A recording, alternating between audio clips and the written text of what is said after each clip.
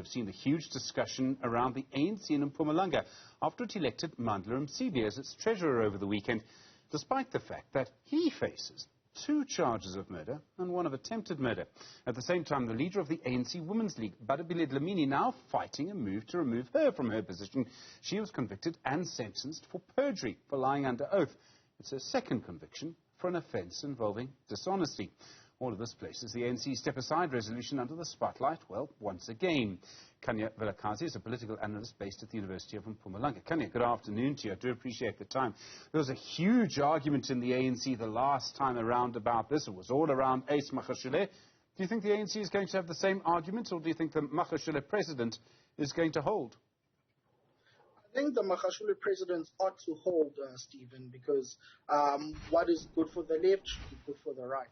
And by Mandla Msibi actually running and actually getting elected into a position of power does raise concerns with understanding the step-aside resolution of the ANC. There's so many issues, and it may actually be that the issue of this period is not going to be around Mandla Msibi or even Bathabile Dlamini. It's possibly going to be what actually happens in eThekwini when Zandile Gumede runs for the leadership of what is, I think, still the ANC's biggest region. Are you expecting her to do that? That's surely a huge test for the ANC.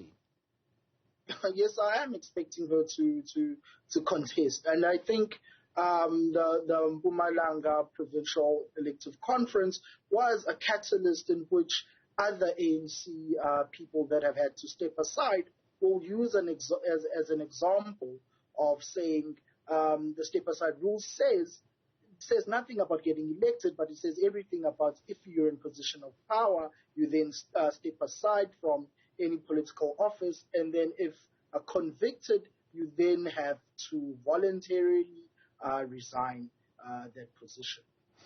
There's so much that's sort of going on here. And I mean, the president said that delegates at the Mpumalanga conference should sort of reflect on the fact that they had elected someone who faces a murder charge. It is astonishing. I mean, am I wrong to be shocked? Are we sometimes too often shocked? I think there's nothing that shocks me anymore with South African politics. It's just a theatre of spectacles. But to speak about that, I think the resolution itself was misfired. And the reason why I think it was misfired was because when you are charged, what is the average length in which your trial can go from being charged to a verdict by the judge? So when we look at the time frame that generally is played into by the judicial process, it takes about 2 years for anybody to go through a case of such a magnitude in which Mandla Msibi is being charged.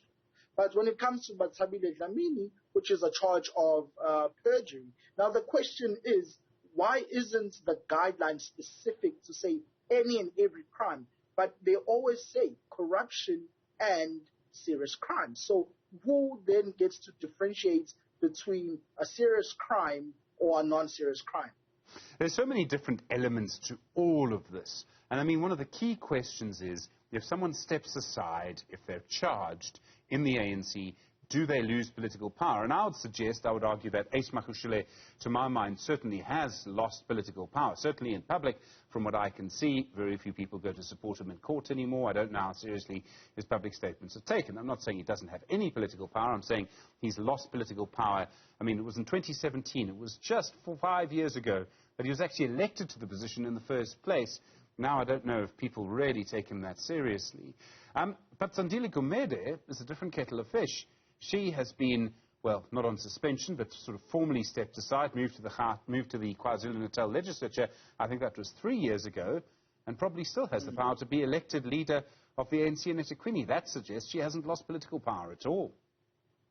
No, I think the most important thing which ANC cadres ought to take note from the former president Jacob Zuma is that when you have stepped away from public office, you then have the opportunity to go where the ANC is strongest. And the ANC is strongest in the branches. Regardless of public perception or conjecture, the branches then decide or determine who they elect. And Mandla Msibi is an example of this, that when he had to step aside last year, October, what was he doing in between that time?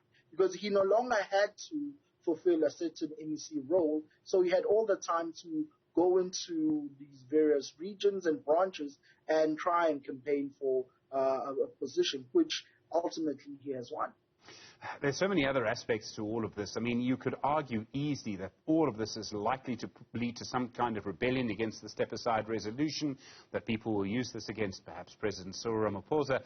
But on the other side is, again, as Ramaphosa put it, the ANC's house is on fire, was his phrase, because of what happened in the local elections. How important is that?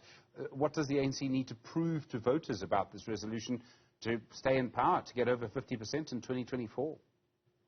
Well, now the question becomes, are those people that are stepping aside, do they significantly affect the ANC's turnout in terms of votes, or is their inclusion, does their inclusion increase the number of ANC voters at the ballot box? Because if the ANC is on fire, if it's a house on fire, and they're trying to step down, to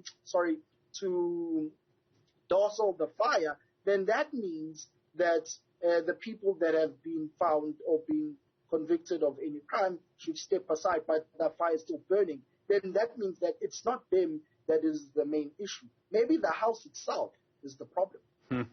It's also about the way you design a house, I suppose. We could take the solution quite a long way.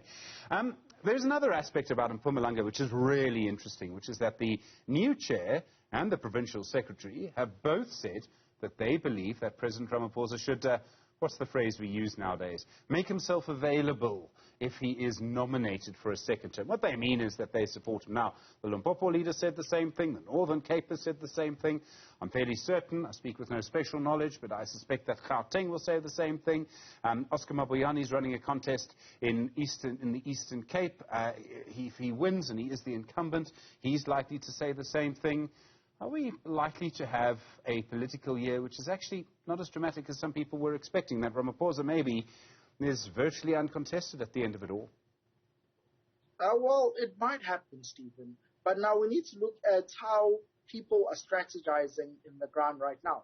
They realize that slates sometimes don't always win or go the way that they want. So I think there are people that are pushing a certain narrative within the ANC to push an individual for a certain political position, and then they will wager their voting bloc to assist other candidates when it comes to certain positions. So Cyril Ramaphosa might not be contested come December, but some other positions might be contested by other people. But I think we are seeing an end of a slate win at a national conference for the ANC.